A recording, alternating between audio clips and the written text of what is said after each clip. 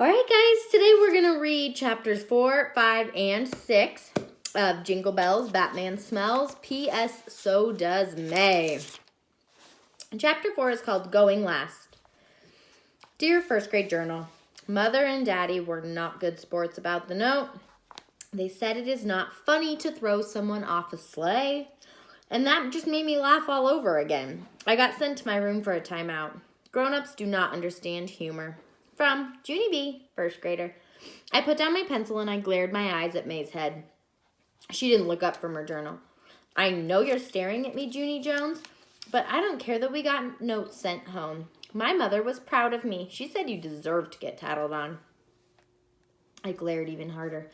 Sometimes if you glare hard enough, you can melt people's heads. I saw that on a movie commercial once. It was PG-13, I believe. I kept squinting and glaring, but May's head did not melt. Finally, I rested my eyes. I'll try to melt her again at lunch. Then Mr. Scary stood up at his desk and he said to put our journals away. Boys and girls, today is the day for our first visit to the holiday gift shop. Remember, I sent a notice about it to your parents last week. Today we're just going to look at the gifts, and on Friday we'll go back with our money and buy things that we want. I waved my hand all around. Guess what, Mr. Scary? Guess what? My mother said I get to spend $1 whole on every single person in my family. And that adds up to $5. Lucille raised her hand. I can spend all the money I want. I'm rich. She stood up and fluffed herself. My family has more money than you can shake a stick at. Mr. Scary just stared at her for a real long time. Well, good thing. We don't have to be rich to shop at the gift shop, Lucille. Everything there is affordable. Does everyone know what affordable means? I do. Affordable means cheap. My Grandpa Frank Miller loves cheap. Sheldon jumped up. My grandpa loves it too. My grandma calls him Cheap Old Ned. Mr. Scary did a chuckle. Before we go to the gift shop, we're going to draw names for our Secret Santa. That way you can look for your Secret Santa gifts while you're there. We've been talking about this party all week. Can anyone tell me the most important rule about being a Secret Santa? Room 1 shouted the rule together. You must keep the secret. Mr. Scary did a thumbs up. Yes, excellent. After you pick your name today, you must keep the name a secret. If you don't keep it a secret, then you're not really a Secret Santa, are you? After that, he carried around a basket with everyone's names in it, and all the children closed their eyes and picked a name. Only too bad for me, because I am the very last seat of the very last row. So when Mr. Scary got to me, there was only one name left in the whole entire basket. And here's the worst part of all. My teacher pretended I should be happy about it. Congrats, Junie B. Jones. You have the honor of choosing the final name. I drummed my fingers, very annoyed. Okay, see, one name left is not actually called choosing. One name left is called take it or leave it. I crossed my mad arms. I hate being in this seat, Mr. Scary. I hate it. I get all the bad stuff back here. Even on the very first day of school, I got the crayons that were already used. Mr. Scary looked up at the ceiling. Junie B, I know. We all know. You mention that every time we color. I looked at some of my friends. Did I mention that my red crayon wasn't even pointy? Because it wasn't, you know. My red crayon was already roundy, said Lenny. Yep, you told us that. I drummed my fingers some more. Did I mention that my greenie was broken in half? My greenie was just a teensy little stubby, said Jose. See, you told us that too. Mr. Scary handed me the last name. Look, right now, someone in this room is counting on you to be their Secret Santa, Junie B. You need to read that name now. So I pulled out the name.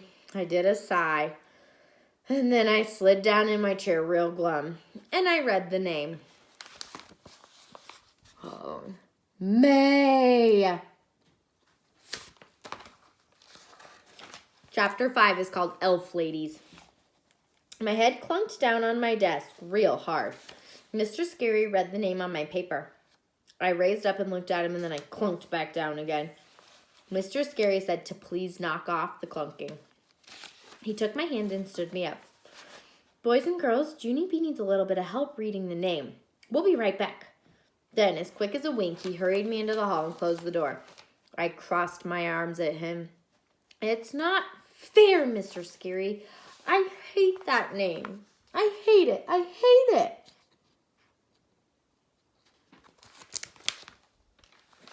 He snapped his fingers at me. You know I don't allow that word in my classroom, Junie B. We do not hate in room 1. I looked all around myself. I'm not hating in room 1. I'm hating in the hall, I said. We don't hate in the hall either. I raised my eyebrows. Really? No kidding? Children are going to be surprised to hear that. Mr. Scary bent down next to me. Look, I know you and May are not best friends, but this is a time of peace and goodwill. Being a secret Santa to someone you don't like is the truest form of goodwill there is. I stared at him. How did teachers come up with this stuff? Really, Junie B, if you do something nice for May, you are going to feel so proud inside. It will feel like a gift that you've given yourself. I kept staring. Maybe they'd pick it up at teacher school. After that, he ruffled my hair and he walked me back inside. Pretty soon, all the children lined up at the door, and we followed Mr. Scary to the gift shop. The media center is down the hall and around the corner. There was a gift shop lady in an elf hat. Welcome, room 1, she said. Welcome to our holiday gift shop. She smiled at us with her big white teeth. I'm the president of the PTA. My name is Mrs. Hooks, but for today, you can call me Elf Ellen. She looked all around. Some of you might know my son, Jeff. He's a big 3rd grader. Roger raised his hand in the air. I know Jeff Hooks. Jeff Hooks stole my milk money last year. Elf Ellen stood there very frozen. Then she quickly pointed across the room. Over there is Elf Wendy. Elf Wendy and I are here to help you with any of your gift selections. If you have questions, let us know. Roger waved his hand. Did Jeff Hooks ever get punished for what he did? I reported him into the office, but I never got my money back. Elf Ellen squinted her eyes. I meant questions about the gift shop, she said. After that, she passed out lists with the gift items on them. And she told us all about the prices. Children, as you can see, each of the gift tables has a number on it. The number on the table matches the price of all the gifts on that table. For example, all the gifts on table 1 are $1. All the gifts on table 2 are $2. Table 3 are $3, and so on. Do you understand? Sheldon raised his hand.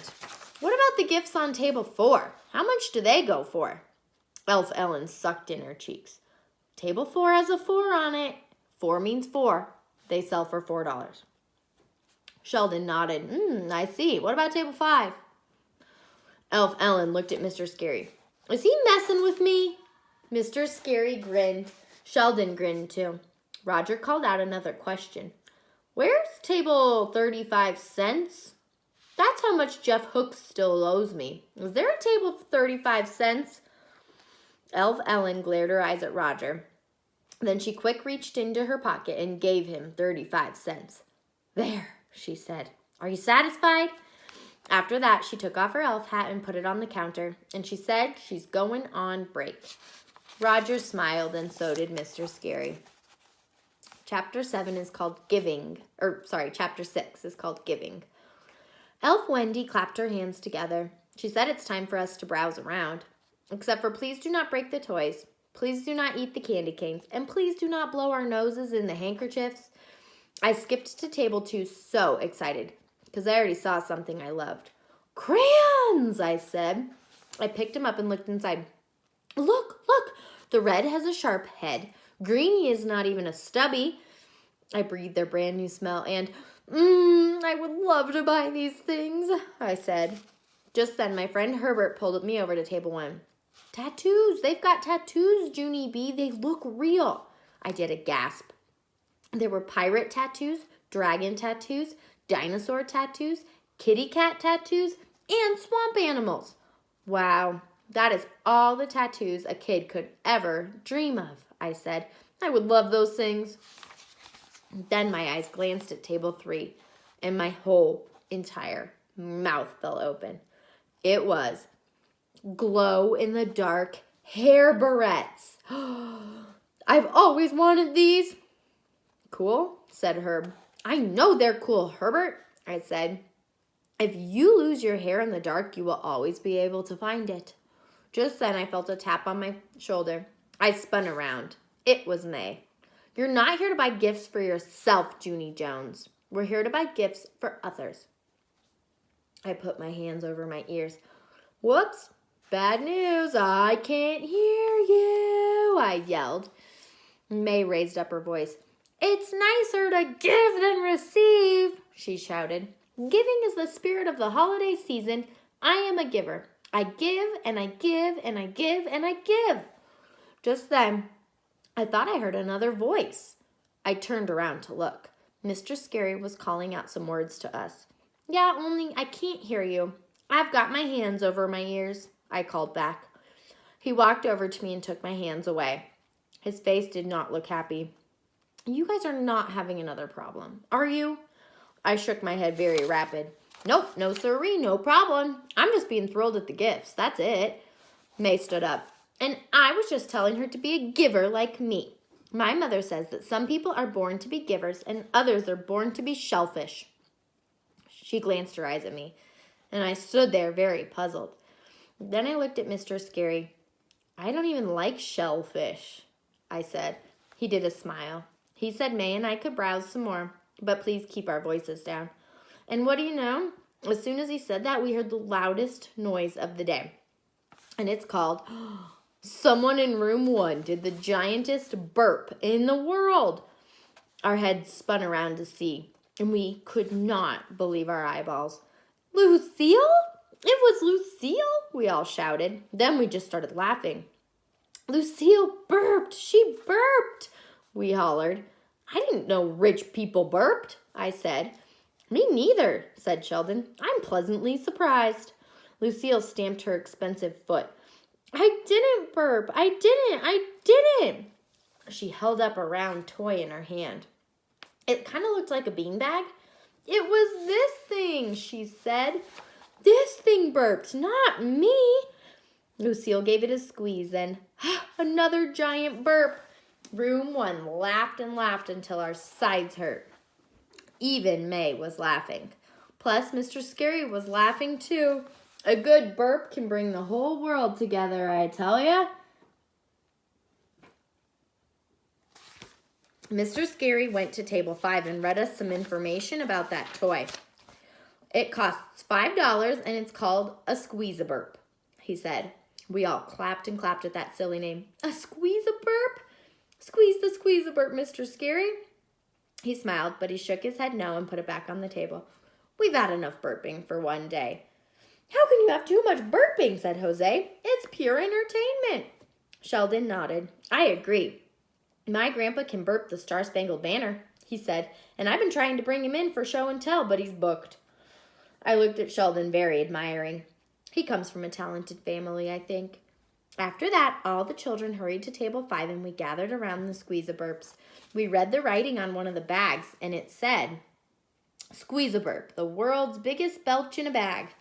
That gift is genius. I would love to buy that thing, I said. Who wouldn't, said Lenny.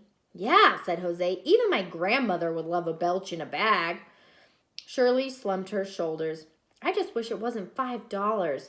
$5 is a lot of money for a burp. Yeah, said Sheldon. Except for my grandpa. Everyone in my family just burps for free. After that, all the children walked away to browse some more.